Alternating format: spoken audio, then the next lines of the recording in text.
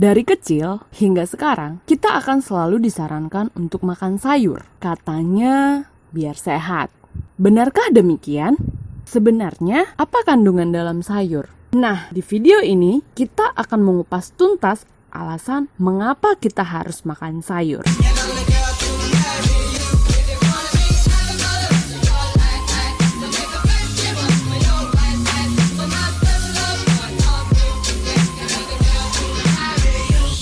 Sebenarnya kandungan sayur itu sangat banyak loh. Ada proteinnya, lemak, vitamin, dan kandungan yang paling banyak adalah serat. Nah, serat inilah yang akan kita bahas lebih dalam. Serat itu apa sih? Nah, sebelum membahas apa itu serat, saya akan mencoba mengingatkan kembali pelajaran biologi waktu kelas 7 SMP mengenai perbedaan sel tumbuhan dan sel hewan. Masih ingat? Perbedaan yang paling mencolok adalah sel tumbuhan memiliki dinding sel, sedangkan sel hewan tidak punya. Dinding sel pada tumbuhan tersusun atas zat selulosa, di mana selulosa ini sifatnya keras dan kuat. Itulah mengapa sel tumbuhan tidak dapat berubah bentuk, kayak sel hewan. Nah, dinding sel inilah serat. Kalau kalian masih ingat, jamur juga punya dinding sel yang tersusun dari zat lignin. Berarti serat itu banyak jenisnya ya.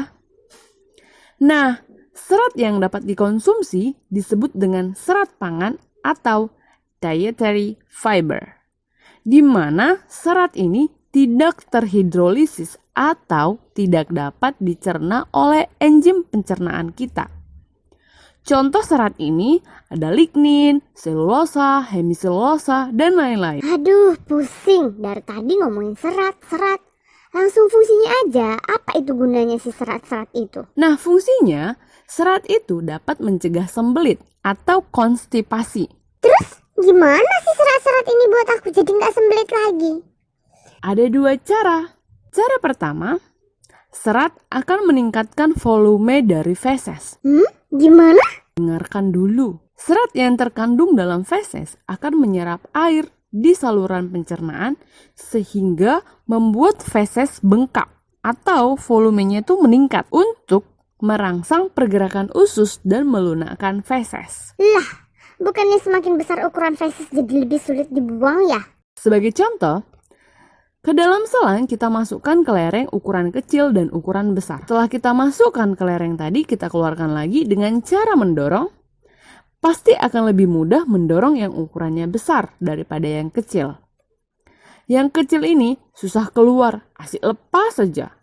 Tapi itu tidak terjadi dengan kelereng besar. Langsung keluar aja dia, nggak pakai lepas-lepas.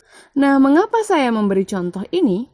Karena selang melambangkan usus besar, maka kelereng besar adalah feses yang volumenya besar, dan kelereng kecil yang bergerak lebih buruk adalah feses yang volumenya kecil. Oh gitu toh. Kelereng besar, feses besar.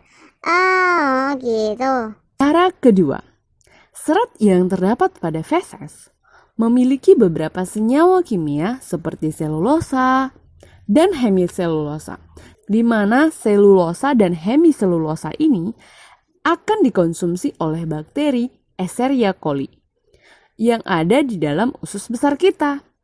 Senyawa ini dicerna dan akan menghasilkan asam lemak volatit, gas hidrogen, dan gas metana, di mana asam lemak, hidrogen, dan gas metana ini akan merangsang penguncupan otot usus besar, sehingga merangsang pergerakan usus besar atau gerakan peristaltik usus besar meningkat.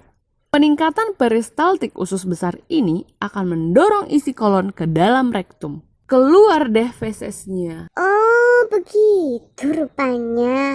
Kalau gitu aku mau makan sayur banyak-banyak. Eits, tunggu dulu. Seperti kata pepatah, sesuatu yang berlebihan itu tidak baik. Banyak-banyak makan sayur juga nggak baik. Lah, kenapa lagi? Kan biar lancar pencernaan. Perlu diketahui bahwa jumlah serat ideal yang harus kita konsumsi setiap hari adalah 30 gram. Jadi, apa yang perlu kita makan untuk memenuhi kebutuhan serat kita?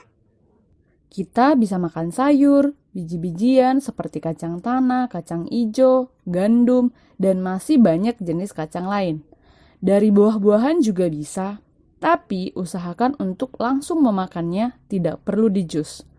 Terkhusus jeruk, mari kita membiasakan makan jeruk tanpa di jus, karena jus jeruk tidak berserat.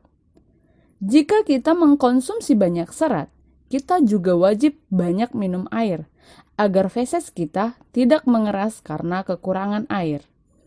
Apa yang terjadi jika kita tidak banyak minum ketika kita mengkonsumsi serat?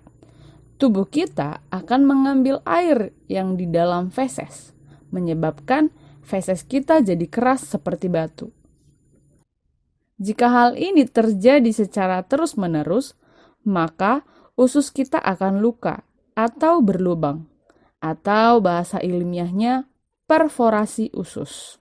Nggak mau kan?